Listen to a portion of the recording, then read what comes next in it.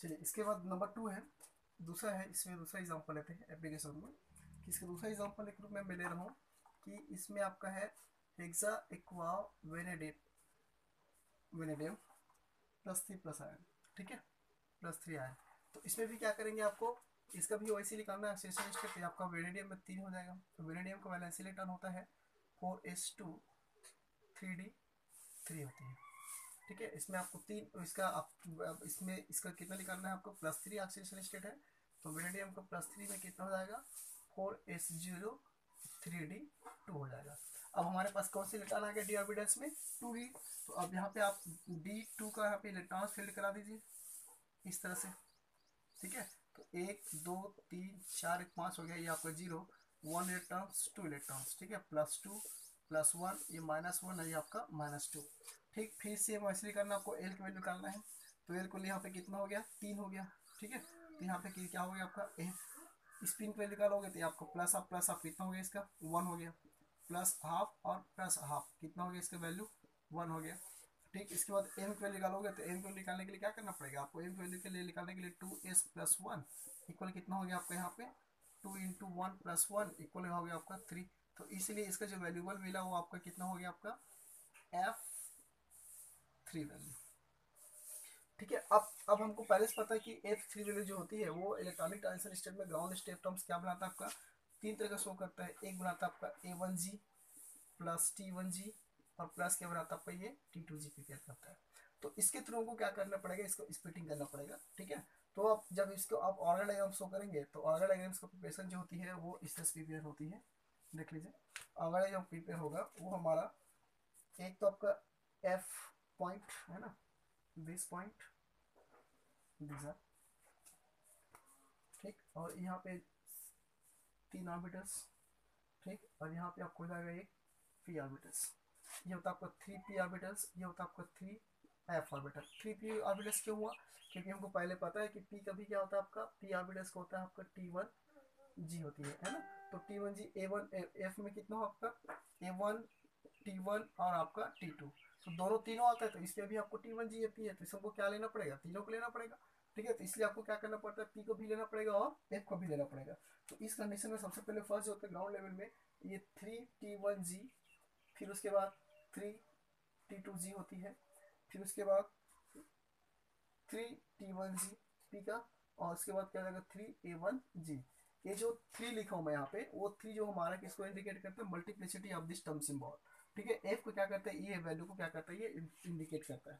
इसमें से हमारा इसका एनर्जी जो होती है वो क्या करता है, ये एनर्जी यहाँ से T1 से T2 जाता है, फिर T1 से कहाँ तक जाएगा आपका, T1 से सीधा सीधा हो जाता है आपका T1 से 3T1 p ऑर्बिटल्स में, फिर उसके बाद कहाँ जाता है, सबसे हायर हाइट में वो आपका A1 में ग्रुप में जाता है। तो ये जो वैल्यू होती है ये क्या करता है, यहाँ पे 2 इलेक्ट्रॉन कैसे हो सकता है, फ्रॉम, इसको बोलते हैं 2T2G, यहाँ पे आपका जो बनेगा वो फ्रॉम 2T2G प्रिपेयर कर सकता है, मतलब आपका T2 ऑर्बिटल में 2 इलेक्ट्रॉन जा सकते हैं। फिर यहाँ पे T1 दोनों में इसका इसका जो कंडीशन होता है वो T2G1 और EG क्या जाएगा आपका, ये 1 1 के रूप में इलेक्ट्रॉन जा सकते हैं। फिर यहाँ पे T1 में ये क्या करेगा, T1G दोनों फ्रॉम P के लिए है ना, तो ये आपका क्या हो जाएगा, आपका T1G1 और EG क्या हो जाएगा, इसमें 1 इलेक्ट्रॉन प्रिपेयर हो सकता है। अब इसमें आपका हो जाएगा A1 में, तो क्या हो जाएगा फ्रॉम आपका क्या हो जाएगा, ये EG क्या हो जाएगा, टोटल आपका ये 0 हो जाएगा, ठीक है, EG आपका 0 हो जाएगा। अब देखिए इस कंडीशन में यहाँ पे इलेक्ट्रॉन को पेयर कराना है तो कैसा कैसा होता है, या इसी के रूप में। तो हमको यहाँ पे जिसको प्रिपरेशन होती है, यहाँ पे इसको सबसे पहले फर्स्ट लीजिए डेल 0 की वैल्यू, और ये क्या होता है आपका ये एनर्जी लेवल को, ठीक है। ये आपका एनर्जी लेवल क्या करता है, ये प्रिपरेशन कराता है ना। अब जब इसको हम लोग क्या करते हैं, इसको इलेक्ट्रॉन, इसमें आप ऑर्बिटल्स में इलेक्ट्रॉन को पेयर कराएंगे तो इसमें 3 कंडीशन अप्लाई होती है, 4 कंडीशन, 1 2 3 और 4। सबसे पहले फर्स्ट इसका देखिए, तो उसमें अगर आपका ये 3 1 T1G है, ठीक है, जो कि फ्रॉम किसके लिए होता है आपका T2G1 के लिए, ठीक है। देखिए ये आपका कहाँ जाएगा T2G3, फिर इसका इलेक्ट्रॉन एनर्जी जो कहाँ जा रहा है T1G P ऑर्बिटल्स के लिए, फिर उसके बाद कहाँ जा रहा है आपका A3A1G के लिए। तो इसके लिए ऑर्बिटल्स में क्या करना पड़ेगा आपको, 2T G है, 2 इलेक्ट्रॉन्स यहाँ पे करना है, तो ये हो जाएगा आपका DXY1, फिर हो जाएगा DYZ1, फिर आपका हो जाएगा DZX क्या हो जाएगा आपका 0 इस कंडीशन में, ठीक है। फिर इसके लिए लेना पड़ेगा ये किसके लिए था आपका 3T1G के लिए। फिर उसके बाद 2TG के लिए लेना पड़ेगा, तो आपका एक T1G में और एक EG1 में। तो क्या हो जाएगा आपका ये DXY1 DYZ0, फिर आपका DZX क्या होगा आपका 0, ठीक है। फिर उसके बाद हो जाएगा आपका इसी के लिए हो जाएगा DX² Y², इसमें आपका 1, फिर आपका DZ² 0। ये कंडीशन आपका यहाँ पे हो गया। फिर उसके बाद क्या करना पड़ेगा, यहाँ के लिए लेना पड़ेगा, तो उसके लिए क्या करना पड़ेगा आपको, ये आपका हो जाएगा T1G के लिए, तो ये आपका पी ऑर्बिटल्स के लिए ना, पी ऑर्बिटल्स के लिए T1G। तो ये किसके लिए जाएगा T1G, सेम ऐसी बनेगा, ये हो जाएगा आपका DXY0 DYZ1, फिर आपका DZX0, फिर आपका DXY² 0, फिर आपका क्या जाएगा DZ² 1, ठीक है। ये आपका इलेक्ट्रॉन्स की जो पोजीशंस होती है वो कितने कितने में जा सकता है, 2 इलेक्ट्रॉन T2 में जा सकता है, यहाँ पे एक इलेक्ट्रॉन T2G ऑर्बिटल्स में और एक इलेक्ट्रॉन EG ऑर्बिटल्स में। यहाँ भी सेम ऐसी है T2G ये आपका T2G वो है ना, ये T2G है, वो T2G ऑर्बिटल्स में एक इलेक्ट्रॉन यहाँ पे और एक इलेक्ट्रॉन E1G में, और यहाँ पे क्या होता है आपको 0 इलेक्ट्रॉन्स होती है, ठीक। ये कंडीशन यहाँ पे इस तरह से अप्लाई होती है। और इसी तरह से आपका A1G जो होती है, इस कंडीशन में आपका DX² Y² क्या होगा आपका ये 0, और DZ² क्या होगा आपका यहाँ पे 0 हो जाती है। तो ये होता है आपका इलेक्ट्रॉनों को पूरा पेयरिंग कराने के लिए इसमें ऑर्गन डायग्राम में, ठीक। इनकी अवस्थाएं जो होती है वो क्या होता है, जो स्टेट जो होता है इलेक्ट्रॉनिक स्टेट, जो क्या करता है, वो पहला जो ग्राउंड स्टेट से एक्साइटेशन स्टेट, फिर इस यहाँ फिर यहाँ तो क्या करता है जंप करता है, जिसमें आपका डी ऑर्बिटल्स में यहाँ अलग अलग जो स्प्लिटिंग हुआ है T2G ऑर्बिटल EG ऑर्बिटल्स में, वहाँ इलेक्ट्रॉनों का फील्ड कैसे करना है वहाँ पे हमारा ये पोजिशन रहता है। इसलिए इसको लिखता है from T2G2, from T2G1 and EG1, and from T2G1 and EG1, and from EG0, ठीक। तो ये होता है आपका सेकेंड पॉइंट होती है D2 ऑर्बिटल्स का, उसकी एग्जांपल। और इसका स्पेक्ट्रा जो प्रिपरेशन होती है, ठीक है, इसका जो स्पेक्ट्रा हमको मिलता है वो स्पेक्ट्रा एक्चुअली मैं सो यहाँ पे लिख रहा हूँ, इसका जो स्पेक्ट्रा जो प्रिपरेशन होगा वो आपका स्पेक्ट्रा दो तरह का इसमें आपका शो करती है। एक बुलाता है यहाँ पे आपका, इसका जो स्पेक्ट्रा प्रिपरेशन होगा यहाँ पे आपका 17,200 और 25,600 को क्या करता है वेवलेंथ में पर सेंटीमीटर क्यूब में क्या करता है ये प्रिपरेशन करता है 25,600 पर सेंटीमीटर क्यूब में। ये आपका एप्सिलॉन हुआ और ये आपका पर सेंटीमीटर न्यू के रूप में मिलती है। तो ये होता है आपका सेकेंड कहलाता है, सेकेंड D2 ऑर्बिटल्स का एग्जांपल होती है उसके एप्लीकेशंस में, ठीक है। इसमें नंबर थर्ड आता है। नंबर थर्ड के लिए हम लोग इसमें लेंगे हेक्सा क्रोमियम 3+ आयंस ग्रुप में, ठीक। नंबर थर्ड के लिए है, जैसे कि यहाँ पे एग्जांपल लूंगा मैं, सेम ऐसे इसको भी ऐसे सेम निकालना है, ठीक।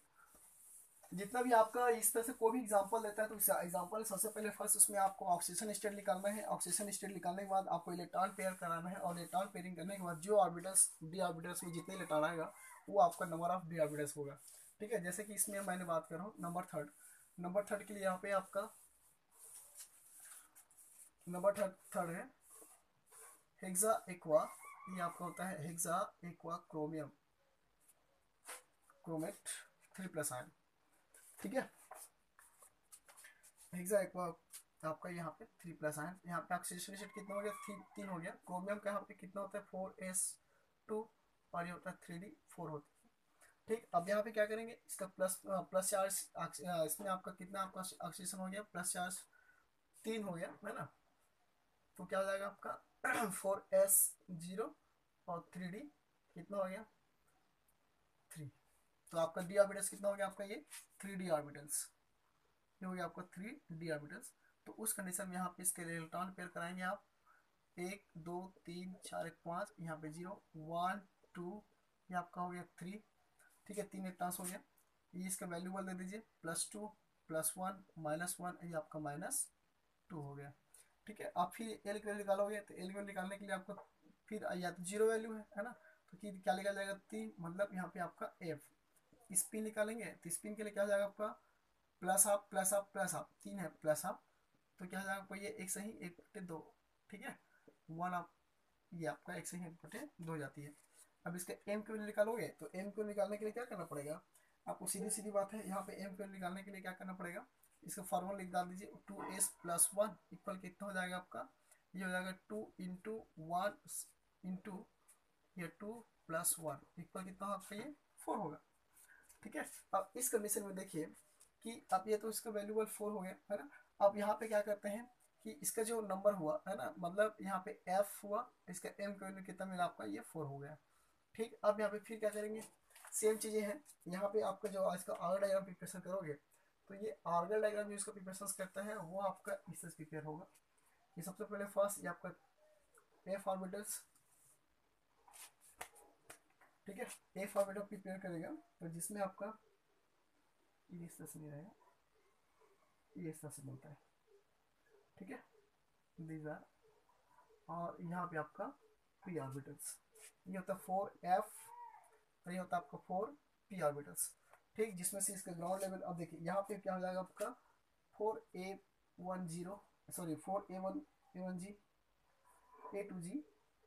ठीक, जो फ्रॉम क्या हो जाएगा आपका, ये फ्रॉम होता है 3t2g।